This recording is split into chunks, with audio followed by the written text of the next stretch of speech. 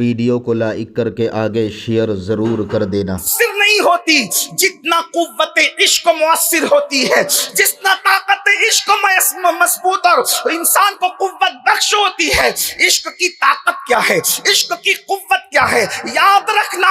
ہتھیار ساتھ چھوڑ سکتے ہیں، ہتھیار کو چھینا جا سکتا ہے، ہتھیار کو چرایا جا سکتا ہے، لیکن قوت عشق ایسی چیز ہے جو کبھی ساتھ نہیں چھوڑتی۔ حتیٰ کہ قوت عشق کا عالم یہ ہے جب دوست ساتھ چھوڑ جاتے ہیں تب بھی قوت عشق ساتھ نہیں چھوڑتی، جب سایہ ساتھ چھوڑ جاتا ہے تب بھی قوت عشق ساتھ نہیں چھوڑتی، جب سب ساتھ چھوڑ جاتے ہیں حتیٰ کہ ماں باپ چھوڑ جائیں مگر قوت عشق ساتھ نہیں چھوڑتی، حتیٰ کہ اولاد ساتھ چھوڑ دے قوت عشق ساتھ نہیں چھوڑتی۔ قوت عشق وہاں تک جاتی ہے جہاں تک انسان کا گمان بھی نہیں جاتا ہے، قوت عشق تو قبر کے اندر جاتی ہے، حتیٰ کہ نکیرین بھی عشق والوں کا احترام کرتے ہیں۔ اہل سنت کا امام کہتا ہے نکیرین کرتے ہیں تعظیم میری، فدا ہو کے تجھ پہ یہ عزت ملی۔ نعرہ تکبیر، نعرہ رسالت، عشق و محبت، عشق و محبت۔ سبحان اللہ، سبحان اللہ۔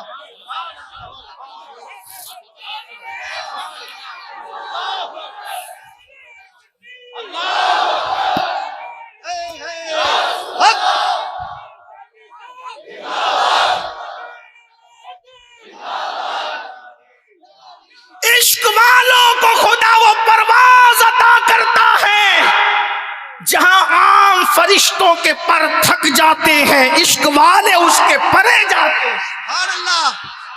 دیوان گان عشق محمد کو دیکھ کر گھبرا گئی ہے گردش دورہ، کبھی کبھی گردن میں ہاتھ ڈالے ہیں ماہ و نجوم نے، گزرا ہے ان حدوں سے مسلمان کبھی۔ عشق کی قوت یہ ہے، آج مسلم امہ کو پھر اسی عشق کی ضرورت ہے، اسی قوت عشق سے اپنے آپ کو مزین کرنا ہے۔ اقبال نے کہا تھا دل سوز سے خالی ہے نگاہ پاک نہیں ہے، دل سوز سے خالی ہے نگاہ پاک نہیں ہے، پھر اس پر یہ بات کہ تو بے باک نہیں ہے۔ آج اس قوم میں بے باکی کیوں نہیں؟ آج اس قوم کے اندر ڈھر پن کیوں نہیں؟ آج اس قوم کے اندر اللہ اکبر بے خوفی کیوں نہیں؟ کل کا مسلمان عاشق مصطفیٰ تھا، اس لیے نہ دار و رسن سے ڈرتا تھا نہ تیر و تلوار سے ڈرتا تھا، اس لیے کہ جانتا تھا ہمیں تو دونوں ہی جانب سے سرفرازی ہے، مرے شہید اور بچ گئے تو غازی۔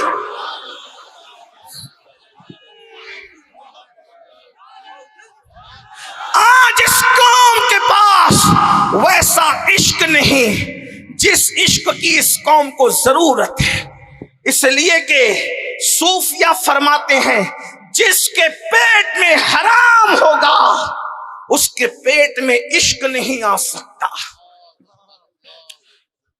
جو قوم سود کھائے، جس قوم کے پیٹ میں شراب کے گھونٹ جائے، جس قوم کے پیٹ میں نشے کی گولیاں جائے، جو قوم چوری کا مال کھائے، جو قوم لوگوں کا ہڑپ کر جائے، یاد رکھنا عشق کی ایکٹنگ تو کر سکتا ہے، عاشق نہیں بن سکتا، اس لیے کہ عاشق کی نگاہ پاک بھی ہوتی ہے اور دل پرسوز ہوتا ہے۔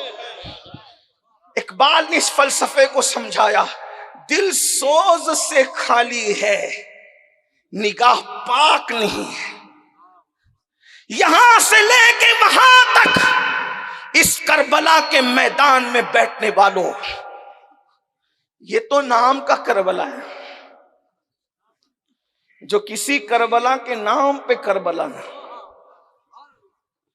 لوگ کہتے ہیں کربلا میں کوئی نہیں آیا، میں نے کہا یہاں کے دیکھ لو،